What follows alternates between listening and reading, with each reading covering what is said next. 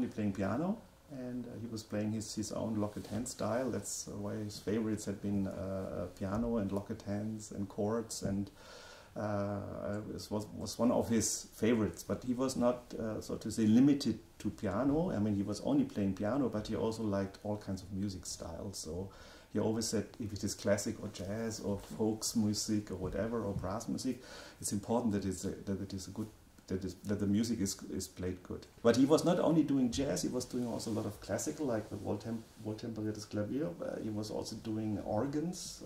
He had a line with organ recordings. So he was a multi-searching person who always wanted to have sounds. He was a sound person. He liked to have all kinds of sounds. He was having a lot of hornpipes at home and wanted to, to remember what is the hornpipe, the deep bass sound. He liked to be here in Hamburg when he heard the St. Georg, or when the pipe was working, and just he listened to it. So he was into sound. Definitely, he was into sound. In the beginning, he was having the other job. And yeah, that was the reason why mostly on the weekends he was doing his recordings, private recordings, and trying to test microphone settings. He was trying to test tape machines. He tested all kinds of mixing machines. Noise reduction was at that time a big thing, because the normal magnetic tape if nothing is on the tape, you can really hear the noise. So, Dolby systems came up and things like that, so noise reduction, all kinds of things. He tried it out and he said, it's not the real sound. He was always trying to find a better way to create a better way of sounds. New sounds also, the free jazz was one of the big things. People are discussing still today what is free jazz, what is jazz, what is not jazz, what is free. So he was saying, yeah, why not? I mean, we should try it out, and I think that's something it's in the past. Now in the past, I could say he was giving them at least a chance to make an album. I mean, this was today. If you have someone said, okay, I give you a chance, yeah, you can make an album, even if it's not commercially, probably will not sell a lot of copies. But he was giving them a chance, and Joachim and Sperren was very important. He had lots of ideas, and they were trying, to do their, when he was doing something in the radio. Sometimes, or very often, people came to us, and there had been a recording.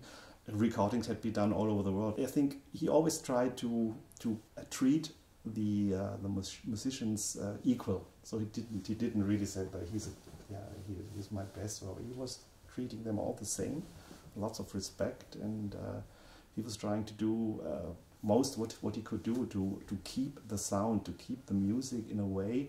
And I think this is one of his principles. He wanted to have the availability of the music worldwide.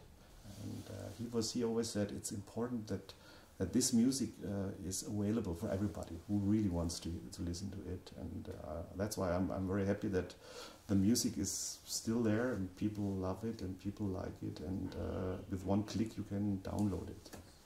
And for me it was no big difference. My father was my father, and as a person he was my dad, and as a label boss he was for me the same. There was no difference. I had the chance to travel with him several times to the United States and to help him with the translation of English, German, English.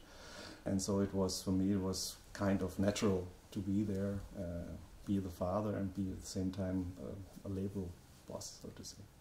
In the beginning it was very little, but by recording or next recording he learned more and more, especially the technical terms and words.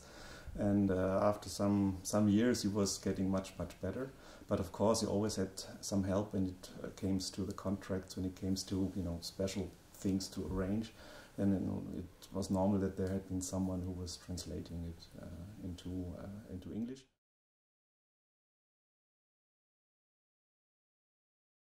Yeah, it was for them. It was, of course, they were very tired when they arrived from Zurich. They had a concert there, and they came very late. It was nearly midnight when they arrived, and they were kind of tired. And my father and my mother, they invited good friends, very good friends, and some musicians. And they waited for, I don't know, for 3-4 hours, and they were in a very good mood, of course, after having some drinks and having something to eat. So the first step was I think was very good. I was allowed to, when they came, I was allowed to wake up for half an hour just to listen. It was very funny.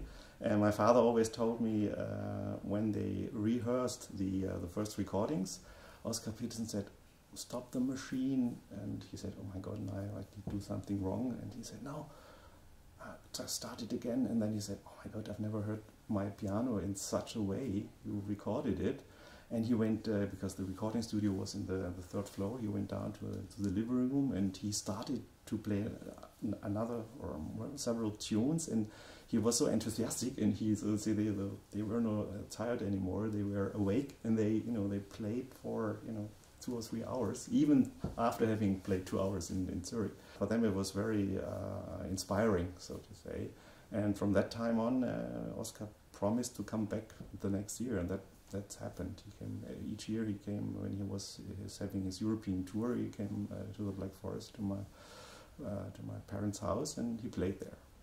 For us, music was very important. I remember very often during after dinner, we listened to the new productions. Instead of looking television, we went to the rehearsal room and we listened to all the tapes. We listened to other records, and very open house and a lot of communications between the musicians. I have some very good memories, especially when the Singers Unlimited had been done their work, which had been a lot of work. For a week they were doing the production, and then the coming weekend we went off. We went to the Lake Constance, for example, where we had a great wine tasting. It was really a lot of fun. There has been a solo album with Horst Jankowski.